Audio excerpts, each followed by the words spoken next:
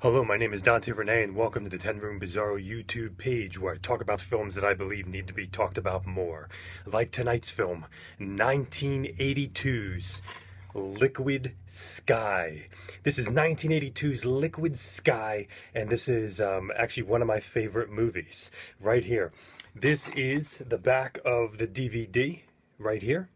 And the front of the DVD, I actually have the signature from the director right there. And I have the soundtrack also on vinyl, which the director signed. He signed both of these when I met him at an engagement for this film in 2013. Did some traveling to go see him at a screening for the film. New York Magazine quote on the front of the DVD says, "The funniest, craziest, most perversely beautiful science fiction movie ever made." Interesting quote. We also have other quotes in the back. "Genuinely startling, a 2-hour act of imagination, a bravura accomplishment, full of ideas and innovation, an electric city symphony, a new cult classic, smash of the year," says Rolling Stone. Washington Post says, "A triumph of originality, the far-out stylistic revelation of the year." This is the only way that I'm aware of to get this film on this DVD, although I do not see a distributor on the back of this. But there are special features on here, so it looks like a definite, the only and a legitimate release. It could be actually through the director himself.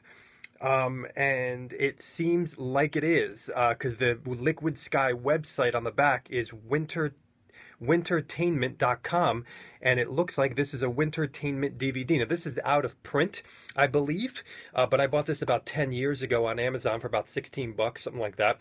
But I believe it's out of print now, and I could be wrong, and this definitely needs a Blu-ray release or just a remastering, something.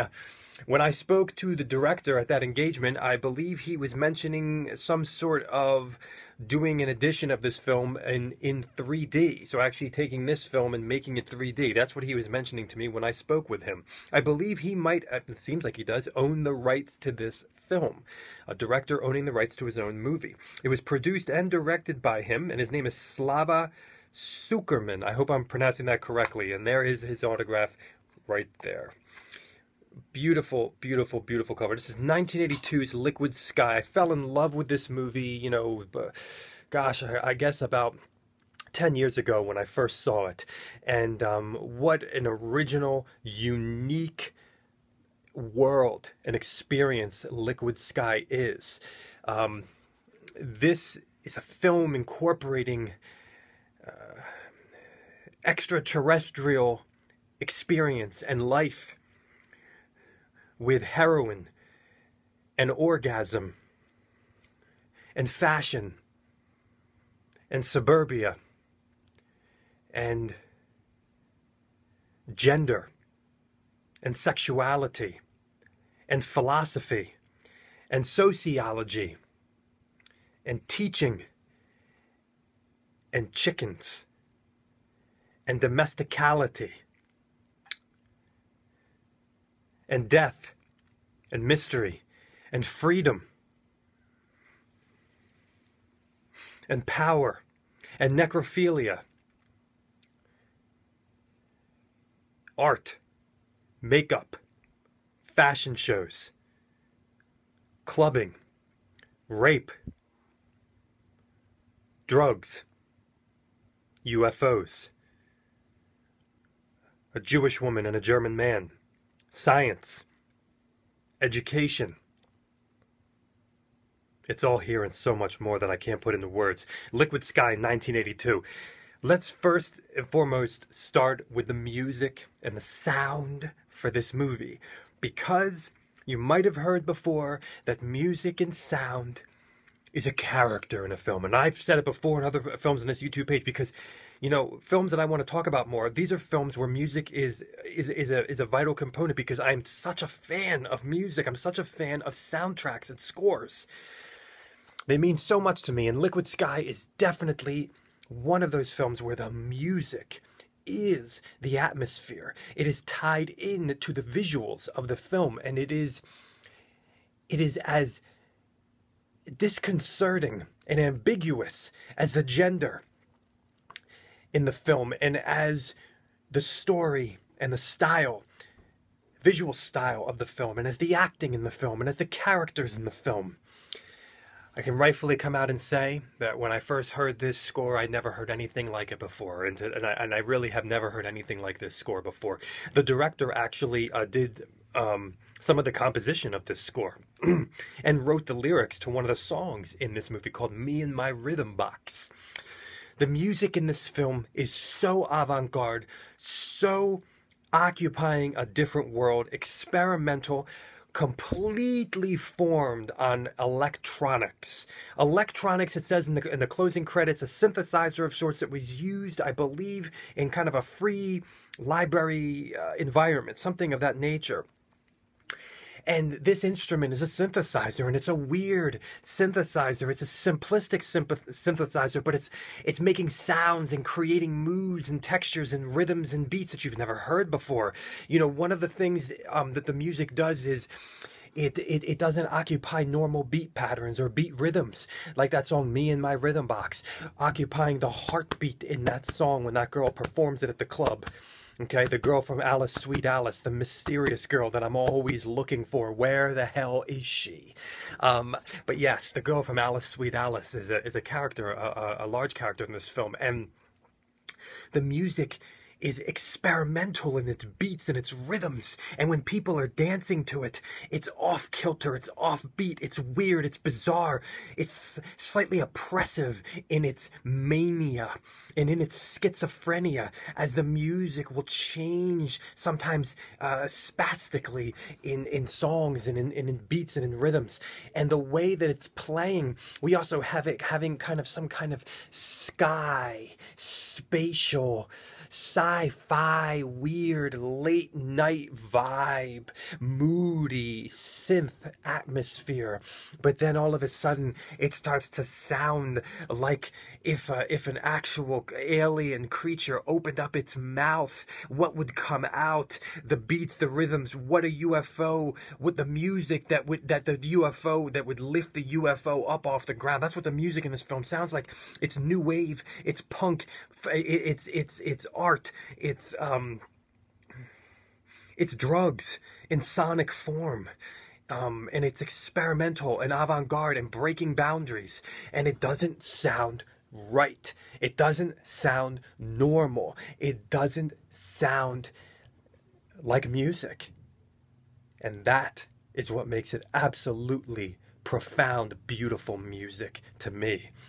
When we look at the style of this film, the style is the substance, but so is the dialogue, and so are the characters, and so are the themes. We have such lavish lighting in this movie, and the absence of lighting as well. Some dark sections, physically dark in lighting, and then wonderful reflections through mirrors and broken chunks of mirrors, and wild shots of neon lights inside of a club, and wild reflections in mirrors where you can't see the camera at all. Unbelievable shots. What seems to be wide-angle lenses at times, really against the cityscape, it seems, of New York City, and it's the buildings on a penthouse on top of this roof, and the city colliding with human form, with the face, with the body. There are psychedelic, weird effects in this movie as UFOs connect and interact with orgasms and heroin of humanity, and we have this connection being represented through neon psychedelica, neon hallucinations, a bit of the negative but in color. We have rapid fire editing, not in the MTV way or in the Saw movies way, which I like those. What I mean by that is we'll have sections that keep flipping back and forth. Two people talking over here, then two people talking somewhere else in the city, then two people talking somewhere else in the city, and you have no idea necessarily who all these situations are, who these people are, and then connections start to form. The viewer, we are not dumbed. We are not played as dumb people with Liquid Sky. Liquid Sky entrusts the viewer to to enter in the right manner without having to be explained on everything. And it's an awesome editing technique, how you kind of are flipping from people and from scenes, and it's like these radical cuts of sorts. And the director also edited the movie, as I saw from the closing credits of the film. And we also have a situation in this film, this unbelievable scene involving black lights and face makeup.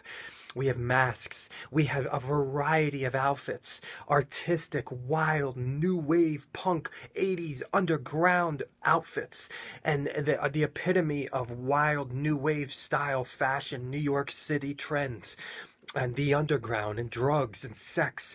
You know, the movie's dialogue is style, just like the music is, and just like the lighting is, and just like the cinematography is. The dialogue is style in Liquid Sky. You know, some people talk about certain dialogue having rhythm in movies, like in Tarantino's movies. They say that his dialogue has a rhythm. Liquid Sky, the dialogue is style. The dialogue is style. It's real style. Even, you know, it's abrasive. It's oppressive. It's disturbing. It's elegant. It's sophisticated. It's definitely politically incorrect in our 2017 culture. It is mysterious. It's ambiguous. It's profound, philosophical, sociological. It is. It'll make you think. It questions. It'll really make you think. I get emotional when I watch this film. I got emotional when I watched it again recently, and just by the power of the movie, it's very powerful to me. There's an effect in the climax of the film that really kind of stirred up the emotions in me. The effect did, and it was something involving dancing, and in kind of a vibe of slow motion in a way, or some kind of, or almost reminded me a bit of Blair Witch 2, Book of Shadows movie. I know it sounds crazy, but it did the effect that was being utilized there. And this is a film that is that looks at the human condition, that looks at human longing, need. That looks at art, that looks at cinema, that looks at music, that looks at dancing, that looks at style and fashion, that looks at loneliness, and yet the acceptance of loneliness, reality and real emotion and real desire, real longing, and at the same time loneliness and romance and emptiness and a longing for freedom, and friendship and broken relationships. This is such a unique film that meshes so many different genres, from sci-fi, punk, drugs, sex, everything. It's unbelievable, and the lead actress is so attractive and so mesmerizing, especially as she's playing a male and a female in this film, yes. But she just has such an unbelievable look to her. Sexually attractive, beautiful. There's just something new wave punk. I'm going to the punk show vibe that you remember when you were younger. Here it is, folks. 1982's Liquid Sky. Here it is. Check this baby out. Thank you so much. Check out my own personal films by Googling Apartment 1014 Films, and check out everything else on this page. Thank you and good night.